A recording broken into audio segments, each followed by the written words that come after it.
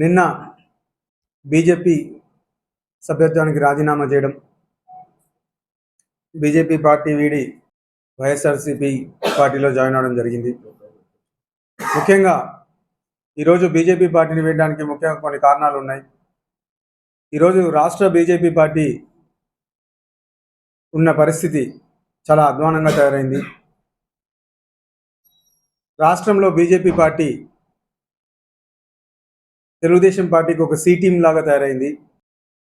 ఈరోజు బీజేపీలో నేను జాయిన్ అయింది మెయిన్ రీజన్ ఏంటంటే నరేంద్ర మోడీ గారి పాలన చూసి, అదేవిధంగా ప్రతి రాష్ట్రం అభివృద్ధి చెందుతుంది, బీజేపీ పార్టీలో ఏదైనా ఒక భవిష్యత్తు ఉంటుంది, ఎదగచ్చు అనే దాంతో జాయిన్ అయ్యడం జరిగాం.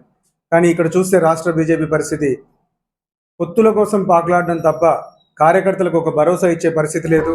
నాయకులు అసలు రేపు ఎలక్షన్స్లో మేము నిలబడుతున్నామా నిలబడట్లేదా అనే పరిస్థితి వచ్చేసింది. కనీసం కార్యకర్తలు ఒక చిన్న పనులు అడుగుతున్నా కూడా చేయలేని పరిస్థితి. అధికార పార్టీ కేంద్రంలో అధికారంలో ఉన్న పార్టీ కూడా ఒక చిన్న పనులు కూడా చేయలేని పరిస్థితి. ఒక పక్క అక్రమ కేసులు పడుతున్నా కూడా, ఒక పక్క ఆస్తుల మీద గొడవలు ఏదేదో జరుగుతున్నా కూడా ఒక్కటి కూడా మాకు భరోసా కల్పించలేని పరిస్థితి బీజేపీ పార్టీలో ఉన్నాం. కార్యకర్తల్ని కాపాడుకోలేని పరిస్థితి ఉంది. సో అందుకే బీజేపీ పార్టీకి రిజైన్ చేసి వైఎస్ఆర్సీపీ పార్టీలో జాయిన్ అవ్వడం జరిగింది. చాలామంది కూడా ఒక డౌట్ ఉంది, ఎందుకు మీరు ఇండిపెండెంట్గా పోటీ చేస్తారన్నారు కదా, ఎందుకు పోటీ చేయకుండా వైఎస్ఆర్సీపీలో చేరారు?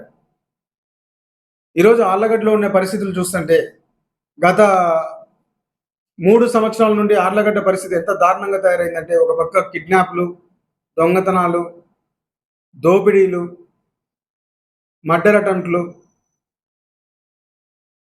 ఇవన్నీ చేస్తున్న తెలుగుదేశం నాయకురాలు అఖిలప్రియ ఎక్కడ నేను నిలబడి ఒక 20-25 వేల ఓట్లు చీల్చుకొని ఇండిపెండెంట్గా నిలబడి ఇలాంటి గూండాలు డెకైట్లు గెలుస్తారనే ఒక దాంతో నేనే వెనకడుగా వేయాల్సి వచ్చింది. ఇలాంటి వాళ్ళు ఎప్పుడే కానీ గెలవకూడదు. బికాస్ ఇలాంటి వాళ్ళు గెలిస్తే ఆర్లగడ్డ దాదాపు మళ్ళీ 50 సంవత్సరాలు వెనక్కి వెళ్ళిపోతుంది. 25 సంవత్సరాలు అవుతుంది ఆర్లగడ్డలో ఎక్కడే కానీ ఫ్రాక్షన్ గొడవలు లేవు, ఒక బాంబు బ్లాస్ట్లు జరిగినవి లేవు. మీకు తెలిసి ఉండాలి, నాకు తెలిసి ఎక్కడైనా బాంబు బ్లాస్ట్లు జరిగినాయన్నా దాదాపు 20-25 సంవత్సరాలు అవుతుంది. ఫ్రాక్షన్ అనేది పోయి ఎప్పుడైతే 2004లో భూమా నాగిరెడ్డి గారు ఫ్రాక్షన్కి అంతం పెట్టాలని చెప్పేసి గంగుల కుటుంబంతో జాయిన్ అయ్యారు. అందరూ కలిసి ఇంకా ఫ్రాక్షన్ అనేది ఉండకూడదు, ఇంకా రాజకీయాలు మాత్రమే చేసుకోవాలని చెప్పి జాయిన్ అయ్యి ఫ్రాక్షన్కి అంతం చేశారు. ఒక పక్క శాంతి యాత్ర చేశారు. మొత్తం నంద్యాల తాలూకాలో మొత్తము ఎంపీ కాన్స్టిట్యున్సీలో ఇది చేసి ఫ్రాక్షన్ అంతం అవ్వాలని చెప్పి పావురాలు ఎగిరేశారు. తర్వాత ఎక్కడే కానీ ఫ్రాక్షనిజం కానీ ఆ కోరలు కూడా లేవు. ఈరోజు వైఎస్ఆర్సీపీలో జాయిన్ అవడానికి ముఖ్య కారణాలు రాష్ట్రంలో జరుగుతున్న నవరత్నాలు కానీ, ఈరోజు ఎడ్యుకేషనల్ రిఫార్మ్స్ కానీ, ఈరోజు మీరు చూస్తున్నారు స్కూల్స్ నాడు నేడు కింద ఎంత డెవలప్మెంట్ అయినాయి. కాలేజెస్ గతంలో ఉన్న కాలేజీలు మూపించినారు. ఇంజనీరింగ్ కాలేజ్ కానీ ఇవన్నీ కూడా గతంలో ఉన్నాయి, అలాంటిది ఆర్లగడ్డలో మూతపడే పరిస్థితికి వచ్చినాయి. ఈరోజు డిగ్రీ కాలేజ్ రావడం అయితేనేమి, చాలా వరకు గ్రామాల్లో ఈరోజు వెళ్ళే స్కీమ్స్ కానీ మధ్యలో దళారీ వ్యవస్థ లేకుండా వాలంటీర్ ద్వారా చాలా మందికి స్కీమ్స్ వెళ్తున్నాయి. ఇలాంటివన్నీ నచ్చి, వెల్ఫేర్ స్కీమ్స్ నచ్చి అండ్ డెవలప్మెంట్ గురించి మనం మాట్లాడితే ఆర్లగడ్డలో గతంలో కన్నా చాలా వరకు డెవలప్మెంట్ జరిగింది. లేట్ అయినాయి, అదే నేను గతంలో కూడా ప్రశ్నించేది, ఎందుకు ఇంత లేట్ చేస్తున్నారు, తొందరగా చేయమని అడిగాను. అండ్ ఈ రౌడీజాల్ని అడ్డుకోవడానికి కూడా చాలా వరకు మేము ప్రయత్నించినాం. ప్రతి ఒక్కరిని నేను ప్రశ్నించింది అదే. ఒక పక్క ఈరోజు మీరు చూడండి, రెహమాన్ అనే ముస్లిం కుటుంబాన్ని అంత వేధించి డబ్బులు లాక్కుంటే ఈరోజు మన ఊర్లోకి వెళ్తే ఎలా చేసినారు అఖిలప్రియని? ముస్లిమ్స్ అందరూ కలిసి అడ్డుకొని ఇంకా తన్నడం ఒకటే లేటు. పోలీసు వాళ్ళకి ఫోన్ చేసి నన్ను కాపాడండి అని అడుక్కొని పరిగెత్తింది. అలాంటి పరిస్థితికి దిగజారిపోయినారు.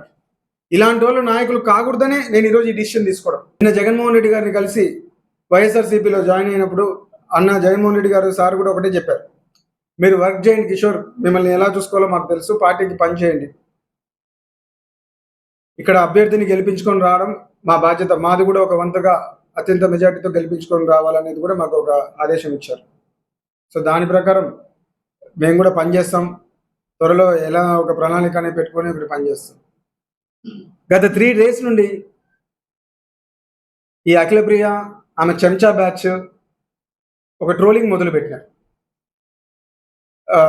భూమా అదే కిషోర్ రెడ్డి, నువ్వు భూమా కాదు గంగుల కలిసిపోయినావు. నీకు ఇదే చెప్తున్నా, చివరిసారిగా చెప్తున్నా, నోరు మూసుకొని రాజకీయాలు చేస్తే చెయ్యి. పద్ధతిగా ప్రజలకు ఇబ్బంది లేకుండా రాజకీయాలు చేయాలని కోరుకుంటున్నా.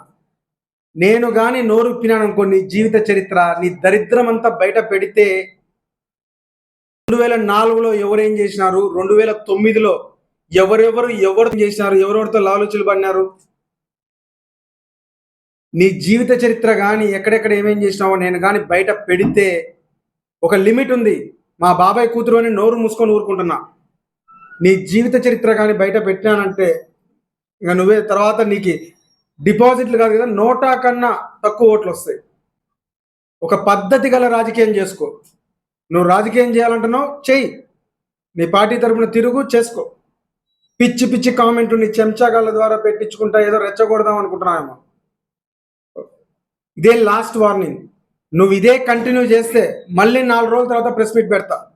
నీ చరిత్ర మొత్తం ఇప్పుతావు. నువ్వు చేసిన పనులు, నీ కథలు, నువ్వు ఏదో పని చేసినావు ప్రతి ఒక్కటి మీడియా ముందర నేను చెప్తా. నాకు తెలియని నీ జీవిత చరిత్ర ఏమీ లేదు.